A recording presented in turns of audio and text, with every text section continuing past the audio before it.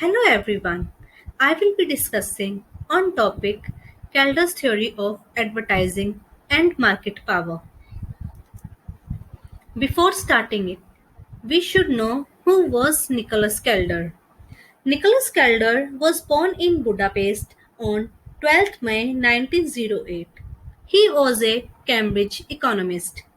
Nicholas Calder is probably one of the most original and provocative theoretical economists of the 20th century, as well as one of the most radical advisors on taxation policies to many governments.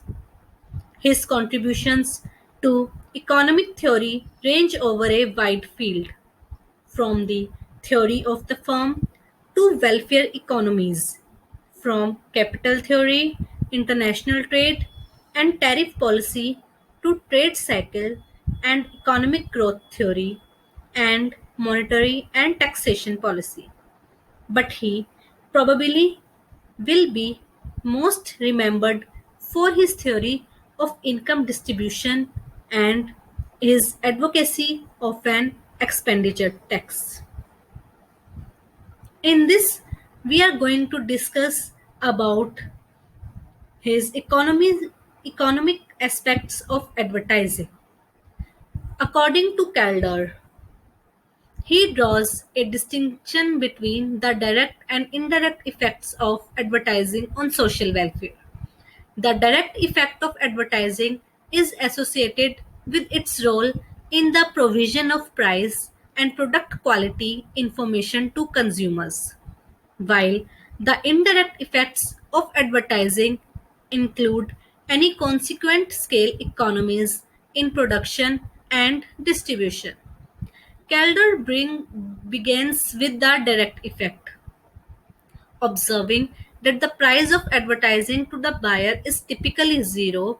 He defines advertising as a subsidized commodity, that is, a commodity sold below marginal cost, that is, sold jointly with the advertised product.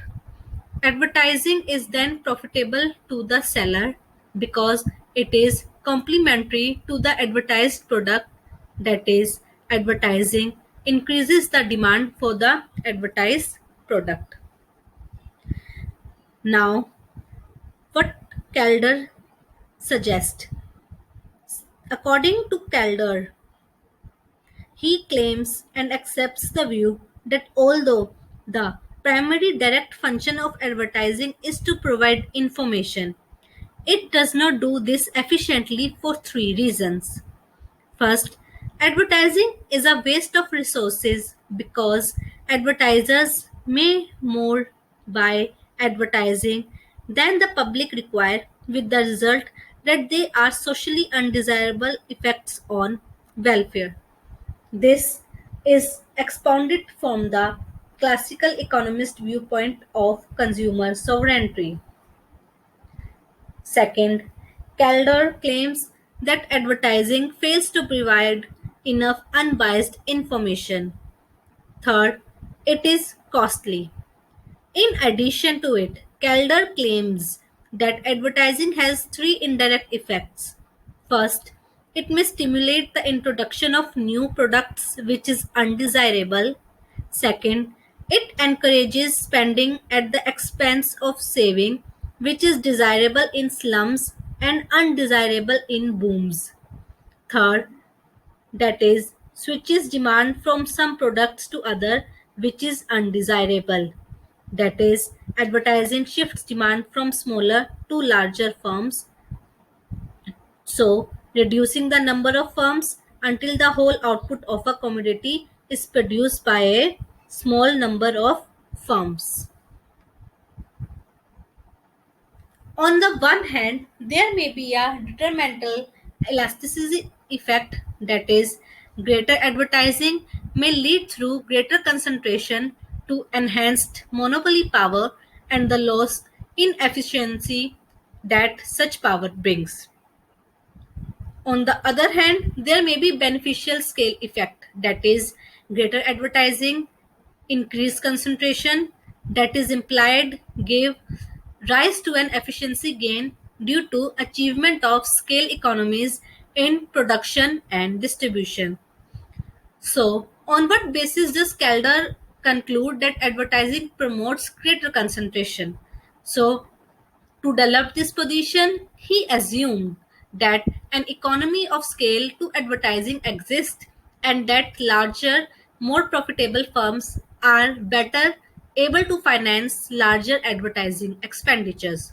He then argues that advertising introduces an instability in the initial distribution of market shares, with the consequences first, that the larger firms are bound to gain at the expense of the smaller ones.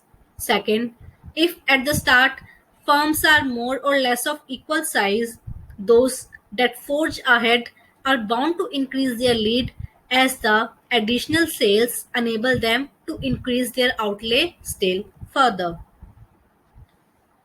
Calder stresses that advertising is often jointly supplied, and there is no separate market for advertising in which consumers may directly register their willingness to pay.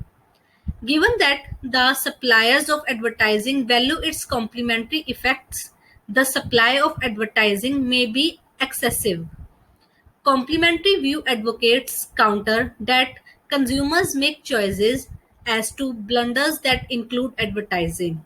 Furthermore, any social welfare analysis should include the manner in which consumers directly value advertising.